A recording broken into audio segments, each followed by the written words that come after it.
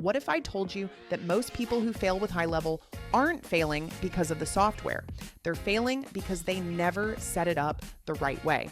Today, I'm going to show you the exact setup that turns HighLevel into an automated AI-powered business machine. If you've been overwhelmed inside your HighLevel account, or you've wondered, where do I even start? This video is going to remove all of that stress. I'm going to walk you step by step through the core system settings, the essential tools, and the backend configurations you must have in place, whether you're selling digital products, launching SaaS, or building AI lead generation services. So let's dive in. If you don't have your HighLevel account set up yet, now is the time.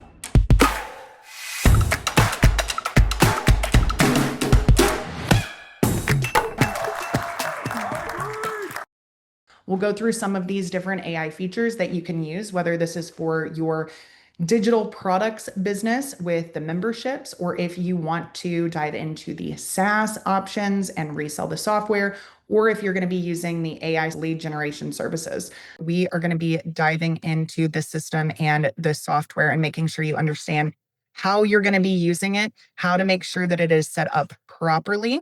There's so much great stuff that we can do with this today, whether you're already in business or want to utilize this for any of those models that we looked at, or even sell this as your service. We'll be actually setting those up together. All right, this AI Business Hub, this is HighLevel. Some of you are already familiar with this. Some of you, this might be your very first time diving into it. But I can tell you from firsthand experience that there really is no other platform like it. I have used just about everything out there. I have worked with businesses using just about everything out there.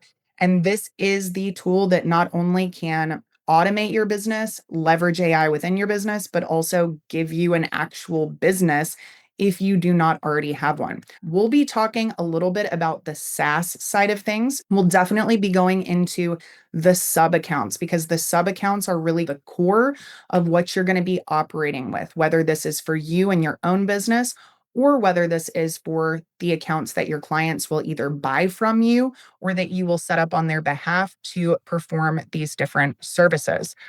We'll also talk about some of the communication tools, some of the integrations. And so we're going to go ahead and dive in. Now, if you've got an account, you are going to see this right here if we are in the agency level. So at the top, we've got this little toggle.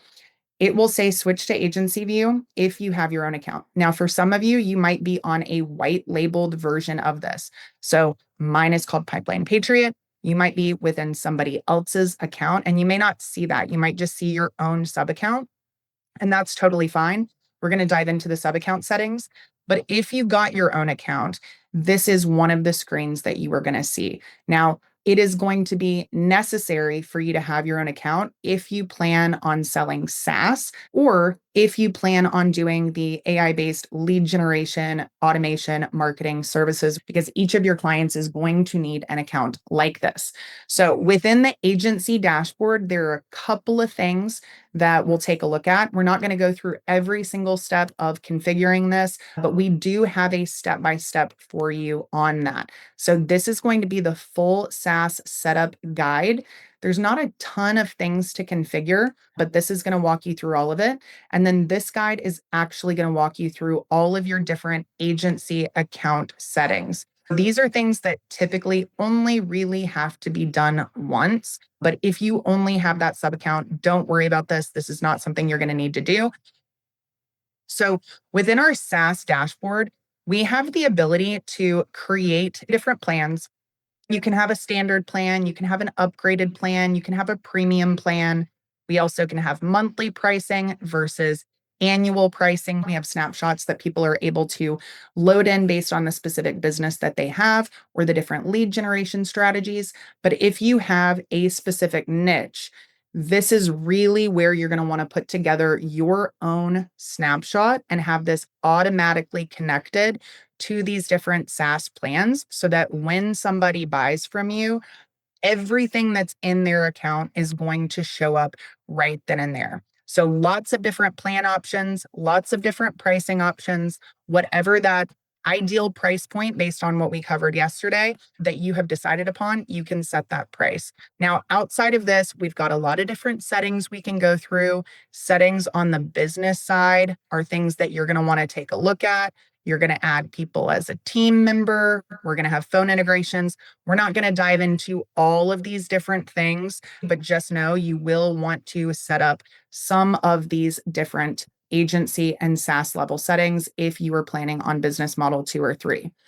Now, most of what we're going to cover right now is what to do once you set up your sub account, some of the things you'll have access to, and some of the things that are really important. So this is just one of our demo snapshot accounts that we're going to walk through. So on your business profile, your friendly business name, this is the name that you want people to see. So maybe your official business name is a little bit different than the name that you want to present to clients, leads, etc. If you are creating a snapshot for your SaaS or for your clients, this is the type of account that you're going to want to set up. And it's going to be a snapshot sub account. So having a snapshot sub account is basically this account where you're going to be able to build out the things that you want to sell or share with your clients, the people that you are selling SaaS to. So this will not be an account that you're actually utilizing. You're not driving leads in here. You really are just building in this account. You want to keep this totally separate. So we can go through this more in the Q&A for anybody who has questions on this, but setting up just basic sub account for the snapshot only is definitely what I'd recommend. Because of that, we don't have a logo in here. This is not an account that's actually being utilized. But if you do want to use this as your account, you're going to upload your logo. You'll put in all your basic business details. You can have your industry type, etc. Billing is going to be pretty straightforward. You're going to put in your billing details. If you're doing a snapshot account, there's no need to add billing details in here. So you do want to add team members if this is an account that will actually be used. You will need to add yourself as a user, and that's going to be in the agency settings if you actually want to be a user in the account. You don't have to be a user in order to see it on your dashboard or see it in your list of sub accounts. This is for somebody who would actually want leads assigned to them, somebody who would want to be on the calendar and actually take appointments. So if that's something that you plan on doing within your account, you do want to make sure that you go into the team settings under the agency level. You'll be able to identify where to go, and then you can just add this sub account to the list. Because if you try and add yourself right here under add user, it's not going to let you do that because you're already a user within the account. Add first name, last name, email, phone number, etc. All the basic options. You can have signatures for their emails. And then we've got roles and permissions. So this is really important for people who are potentially selling SaaS. It's also important if you have different team members within your business that are going to be participating in this account, but maybe they don't need to see everything.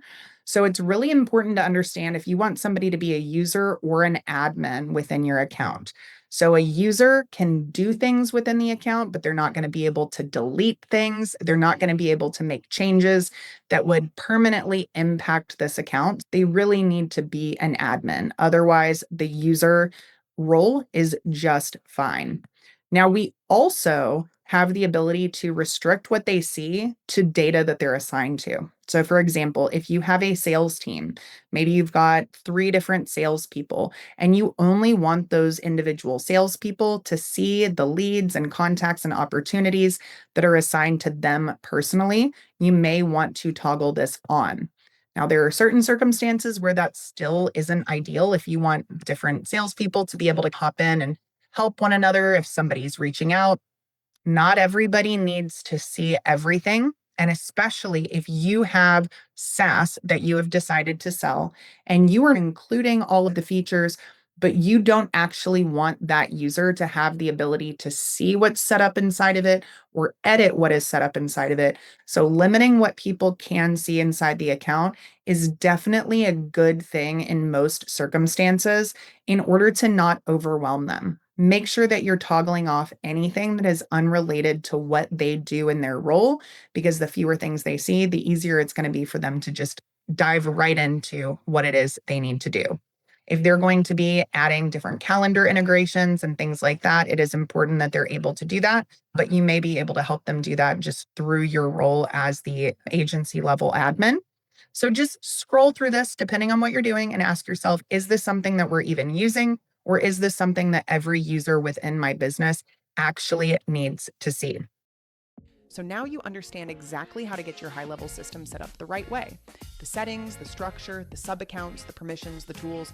Once this foundation is in place, everything else becomes dramatically easier. Your AI, your automations, your funnels, your sales, all of it. If you want my help implementing this entire AI-powered system inside your business, here are your next steps. Comment OPA if you want access to my Online Profits AI program. The coaching, tools, workflows, and AI systems that help you automate sales, marketing, fulfillment, and content creation.